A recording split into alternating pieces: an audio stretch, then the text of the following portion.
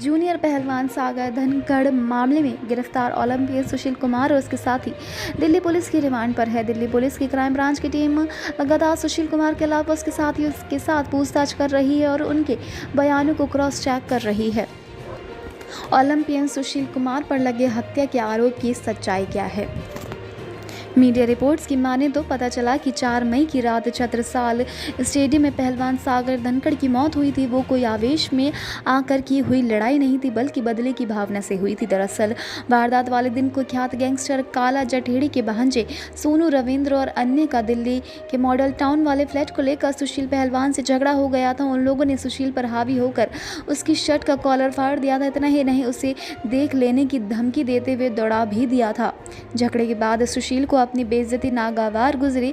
गुस्से और तनाव में आकर उसने उसी दिन बदला लेने की ठान ली। इसके बाद सुशील ने कुख्यात नीरज बवाना और असौदा गिरोह के बदमाशों का सहारा लिया। सुशील ने देखते ही देखते कुछ घंटे के अंदर ही हरियाणा के बदमाशों को बुला लिया और उसी रात सोनू समेत उसके साथियों की बुरी तरह से पिटाई कर दी। घटना में सागर के सिर पर गंभीर चोट लग गई, जिस कारण अस्पताल में उसकी मौत हो गई। तो वहीं सोनू, सागर और अन्य की पिटाई करने की पृष्ठभूमि 4 मई को दिन में ही अचानक तैयार हो गई थी। पुलिस का कहना है कि दिन में सुशील कुमार जब दिल्ली के छत्रसाल स्टेडियम आया तब उसके साथ अधिक पहलवान नहीं थे। स्टेडियम में अचानक उसकी सोनू, सागर, अमित, भक्तू, रविंद्र और विकास से कहासुनी हो गई। सुशील को जबरदस्ती तरीके से अपमानित किया गया। उस समय तो सुशील स्टेडियम से चला गया, लेकिन अपमान का बदला लेने के लिए उसने तुरंत उन लोगों को सबक सिखाने की ठान ली। इसके बाद सुशील कुमार ने अजय और अन्य साथियों के साथ मिलकर बदमाशों को फोन कर तुरंत हरियाणा से दिल्ली बुला लिया।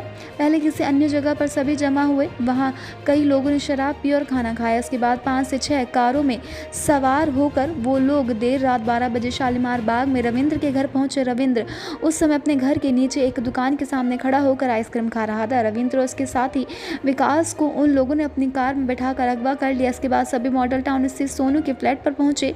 वहां से सोनू, सागर, धनखड़, अमित और भक्तू को कार में बैठाकर सभी को रात करीब 1 बजे छत्रसाल स्टेडियम ले गए।